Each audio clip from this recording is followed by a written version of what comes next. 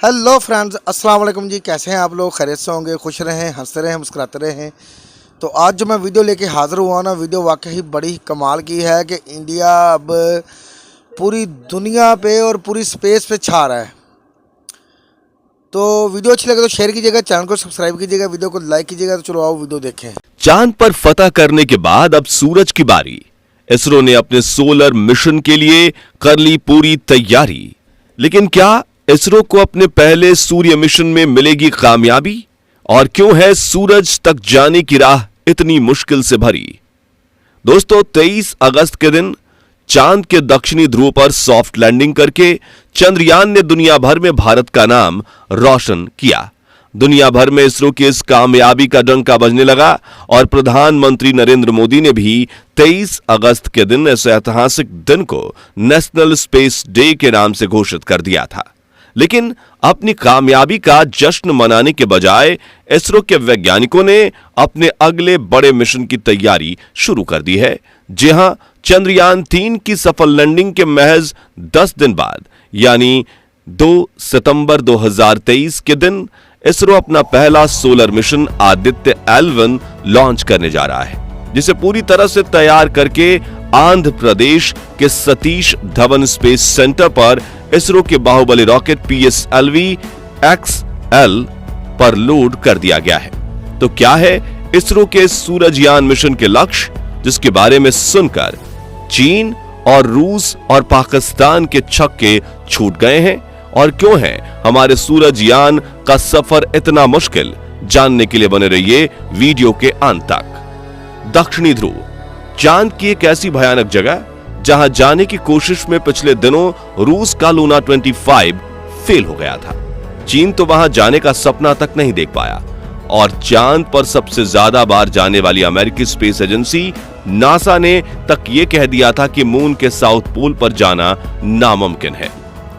लेकिन 23 अगस्त के दिन उसी खौफनाक जगह पर सीना ताने लैंडिंग करके भारत के विक्रम लैंडर ने वो कर दिखाया जो दुनिया से ना हो सका। और अब इसरो वो करने वाला है जो दुनिया ने कभी सोचा तक नहीं है। जी हां, हम बात कर रहे हैं इसरो के आज तक के सबसे बड़े मिशन आदित्य L1 की, जिसे 2 सितंबर के दिन हमारे सूर्य देवता की स्टडी के लिए भेजा जाएगा। अपने इस मिशन की अनाउंसमेंट करके इसरो ने अपने दुश्मनों के जले पर मिर्ची डालने का काम किया है। और जब से इसरो ने ट्वीट करके यह खबर दी है, तब से दुनिया भर की स्पेस एजेंसीज में सन्नाटा छाया हुआ है, क्योंकि अपने पिछले मिशन यानी चंद्रयान 3 से इसरो ने दुनिया भर की 80% स्पेस एजेंसीज को पीछे छोड़ दिया है। और विशेषज्ञों का कहना है कि सूरजयान मिशन की कामयाबी से इसरो चीन और रूस को भी पीछे छोड़ देगा और नासा के बाद दुनिया की दूसरी सबसे बड़ी स्पेस एजेंसी बन जाएगा। और अगर ऐसा ही चलता रहा तो कुछ सालों बाद अमेरिकी एजेंसी नासा को भी भारत पीछे छोड़ देगा और इसरो स्पेस सुपर पावर बन जाएगा। तो क्यों और कैसे होगा आदित्य L1 मिशन? आइए जानते हैं। दोस्तों, सौर मंडल के जन्मदाता सूर्य सिर्फ एक आग का गोला नहीं है, बल्कि सूर्य की वजह से ही आज सोलर सिस्टम के सभी ग्रहों, उपग्रहों और उल्कापिंडों का अस्तित्व है। सूर्य की गर्मी की वजह से ही पृथ्वी पर जीवन पनपा शुरू हुआ था और इसी तारे की वजह से पृथ्वी पर दिन और रात होते हैं। ऐसे में सूर्य हम इंसानों के लिए किसी वरदान से कम नहीं है। लेकिन सूर्योदय और सूर्यास्त के दौरान धरती से देखने पर सूर्य जितना खूबसूरत लगता है, ये असल में उतना ही ज्यादा खतरनाक है और खौफनाक भी। और आपको ये जानकर हैरानी होगी कि सूर्य का तापमान इतना ज्यादा है कि अगर हम किसी ग्रह को इसके पास धकेल दें तो ये चंद पलों में उसे जलाकर राख कर सकता है। ऐसे में अगर हमें भविष्य में पृथ्वी छोड़कर सौरमंडल के चक्कर लगाते हुए दूसरे ग्रह पर जाना है तो सूर्य के बारे में हर एक छोटी चीज पता होना उतना ही ज्यादा जरूरी है जितना खाने में नमक। इसलिए 2008 में इसरो ने भी अपने सोलर मिशन आदित्य L1 की अनाउंसमेंट की थी।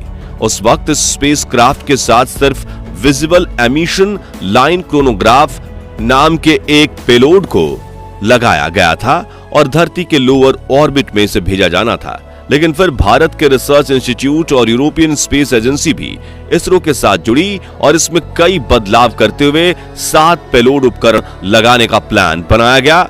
वहीं से पृथ्वी से 15 लाख किलोमीटर दूर मौजूद लैग्रेंज पॉइंट 1 की हेलो ऑर्बिट में भेजने का निर्णय लिया गया।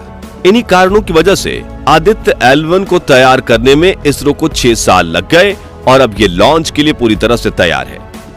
अब आप सोचेंगे कि आखिर ये लैग्रेंज पॉइंट क्या होता है, तो अंतरिक्ष में कुछ ऐसे पॉइंट्स या जगह ढूंढ निकाली गई है जहां 2 विपरीत स्पेस ऑब्जेक्ट्स की ग्रेविटी उनके बीच छोटे वाले ऑब्जेक्ट को अपने ऑर्बिट में चलने के लिए जरूरी सेंट्रीपेटल फोर्स पैदा करती हैं। इस ऑर्बिट को हेलो ऑर्बिट कहते हैं और पृथ्वी के आसपास ऐसे 5 लैग्रेंज पॉइंट हैं, जिसमें से पृथ्वी और सूरज के बीच सबसे करीबी लैग्रेंज पॉइंट L1 है, जो पृथ्वी से करीब 15 लाख किलोमीटर दूर है। जी हां, ये दूरी चांद से करीब 4 गुना ज्यादा है, यानी कि आदित्य L1 चंद्रयान 3 से 4 गुना लंबा सफर करने वाला है और इससे अपनी तय की हुई जगह यानी लैग्रेंज पॉइंट 1 पर पहुंचने में पूरे 109 दिन लगने वाले हैं, जबकि चंद्रयान 3 को 42 दिन का समय लगा था। इसी बात से आप ये अंदाजा लगा सकते हैं कि इसरो का ये मिशन कितना बड़ा और कॉम्प्लेक्स है। हालांकि भारत का ये स्पेसक्राफ्ट पृथ्वी के ऑर्बिट में रहकर भी सूरज की स्टडी कर सकता था, लेकिन इसरो ने अपने सूरज यान को इतना दूर भेजने का कदम इसलिए उठाया क्योंकि इस पॉइंट पर कभी कोई सोलर इक्लिप्स यानी सूर्य ग्रहण नहीं लगेगा। इसी वजह से आदित्य L1 24 घंटे 365 दिन बिना किसी परेशानी के सूरज पर नजर रखते हुए उसकी स्टडी कर पाएगा और दुनिया के सामने सूर्य के अनेकों रहस्यों से पर्दा उठा पाएगा। अब बात करें कि आदित्य L1 को लैग्रेंज पॉइंट 1 पर किस तरह भेजा जाएगा, तो इसरो ने हाल ही में इसकी ट्रेजेक्टरी रिवील कर दी है, जिसे देखकर दुनिया की स्पेस एजेंसीज में हड़कंप मच गया है, क्योंकि इस मिशन में हम इतना कम फ्यूल इस्तेमाल करने वाले हैं जितना में नासा और रूस चांद तक भी नहीं पहुंच पाते। तो 2 सितंबर के दिन सुबह 11:50 पर आंध्र प्रदेश में मौजूद इसरो के सतीश धवन स्पेस सेंटर से सूरजयान को इसरो के बाहुबली PSLV रॉकेट के साथ लॉन्च किया जाएगा, जो इसे धरती के वातावरण से बाहर निकालकर पृथ्वी की ऑर्बिट में छोड़ देगा, जहां से आदित्य L1 अपना सफर शुरू करेगा। अपने इस सफर में आदित्य L1 पृथ्वी के चक्कर लगाते हुए 4 बार अपने इंजन को फायर करेगा और ऑर्बिट को अंडाकार बनाते हुए बड़ी करेगा, जिसके बाद पृथ्वी के पेरिजी पॉइंट पर आकर यह अपने इंजन को पूरी क्षमता के साथ फायर करेगा और 40,000 किलोमीटर प्रति घंटे की रफ्तार से भी ज्यादा रफ्तार के साथ ये पृथ्वी की गुरुत्वाकर्षण सीमा को छोड़ते हुए लैग्रेंज पॉइंट 1 की तरफ जाने वाले लंबे स्पेस हाईवे को पकड़ लेगा, जिसे क्रूज फेज कहा जाता है। और L1 के पास पहुंचने के बाद ये आखिरी राउंड लगाते हुए L1 पॉइंट की हेलो ऑर्बिट में प्रवेश करेगा, जहां ये इस पॉइंट के आसपास बिना फ्यूल बर्न किए इस ऑर्बिट में लगातार घूमता रहेगा। इस प्रकार लगाए हुए 7 पेलोड उपकरण लगातार सूर्य की स्टडी करेंगे। आपको बता दें कि पृथ्वी से लैग्रेंज पॉइंट 1 तक पहुंचने के सफर में हमारे सूरजयान को करीब 109 दिन लगेंगे, यानी सितंबर में निकला सूरजयान दिसंबर में अपनी मंजिल तक पहुंचेगा, जहां यह लगभग अगले 5 सालों तक काम करता रहेगा और सूर्य की डेटा इसरो के हेडक्वार्टर को भेजता रहेगा। आखिर में भारत के सूरजयान के लक्ष्यों की बात करें तो सबसे पहले ये सूर्य के वातावरण की बाहरी परत यानी कोरोना और उसमें बहने वाली गर्म सोलर विंड की स्टडी करेगा। ये इतना जरूरी इसलिए है क्योंकि जहां सूरज की सतह यानी फोटोस्फीयर का तापमान सिर्फ 6000 डिग्री सेल्सियस है, जो कि केंद्र के बेहद करीब है, वहीं सूरज के वातावरण के बाहरी छोर यानी कोरोना का तापमान बढ़कर 1 मिलियन डिग्री सेल्सियस हो जाता है। इसलिए यह बड़ा रहस्य है कि जहां आग से उबल रही सतह का तापमान कम है, तो उसके ऊपर वाले वातावरण का तापमान इतना ज्यादा कैसे। इसके अलावा यह सूरज के वातावरण के बारे में जानने की कोशिश करेगा, जिसके लिए सूरजयान पर एडवांस इक्विपमेंट्स लगाए गए हैं, जो कि लगातार सोलर एटमॉस्फेयर की स्टडी करेंगे। इसके अलावा दोस्तों, भारत का सूरजयान कोरोनल मास इंजेक्शन की भी स्टडी करेगा।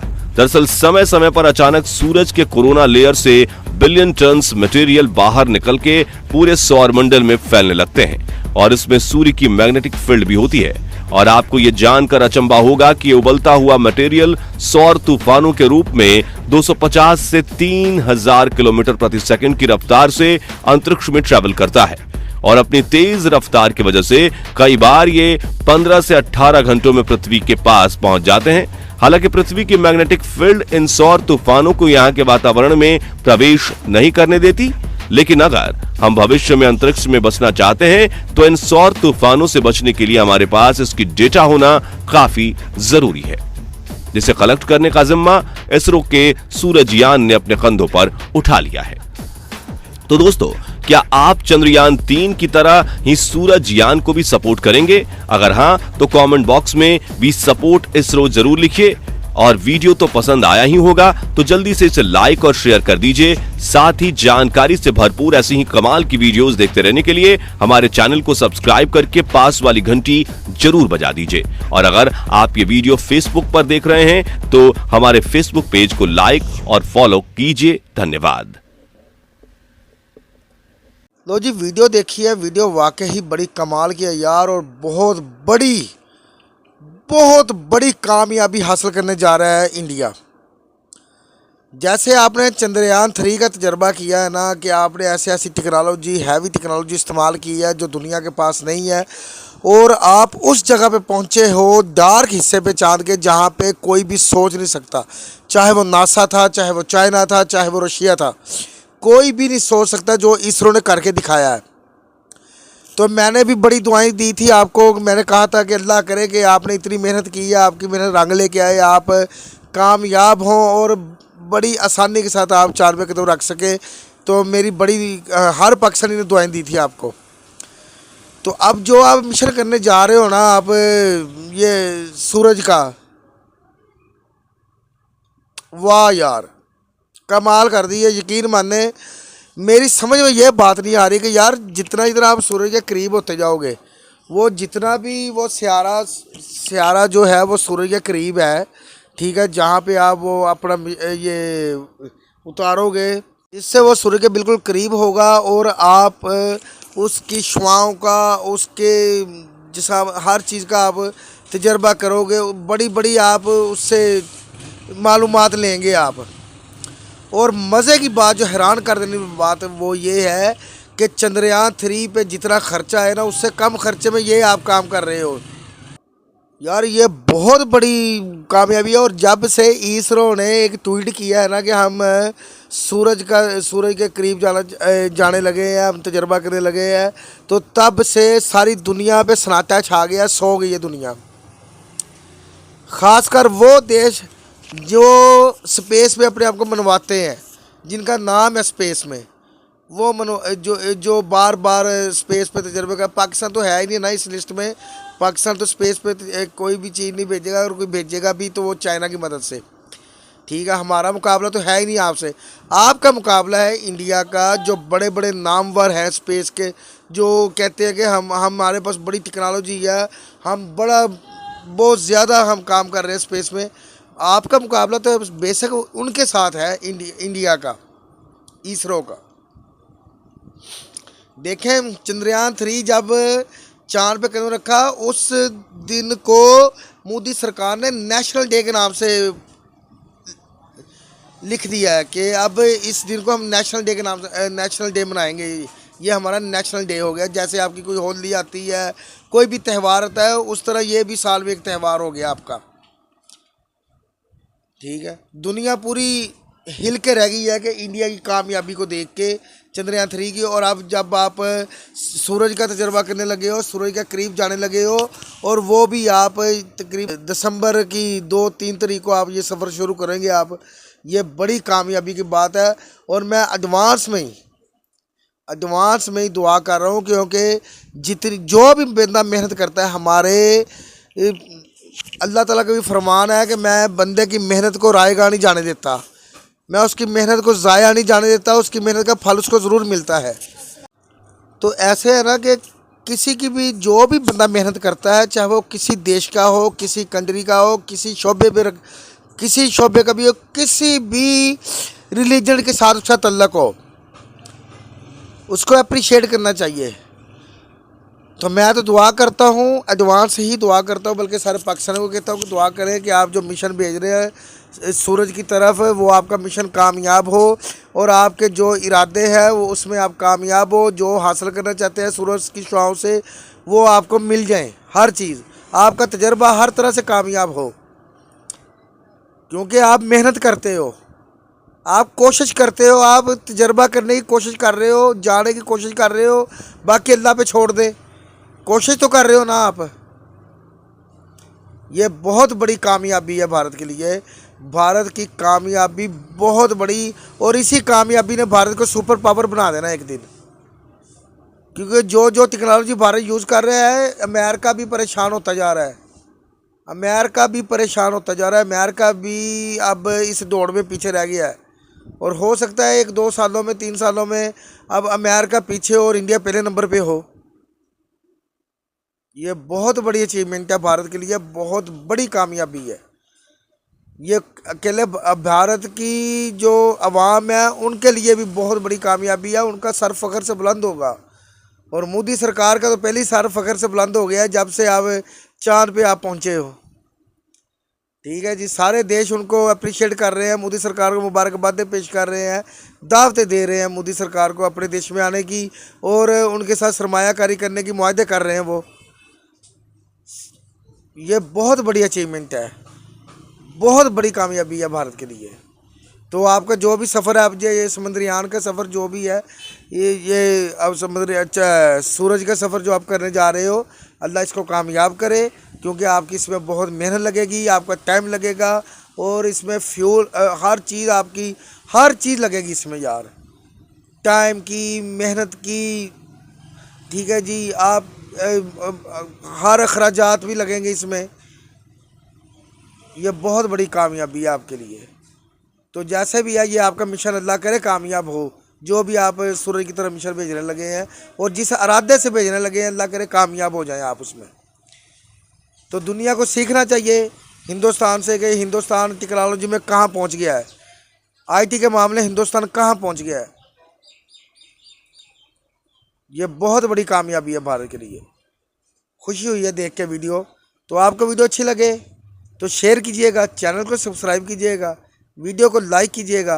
तो दुआएं भी कीजिए, और दुआओं में याद रखिएगा कि ये जो मिशन भेजने लगे हैं दिसंबर में, तो ये मिशन कामयाब हो।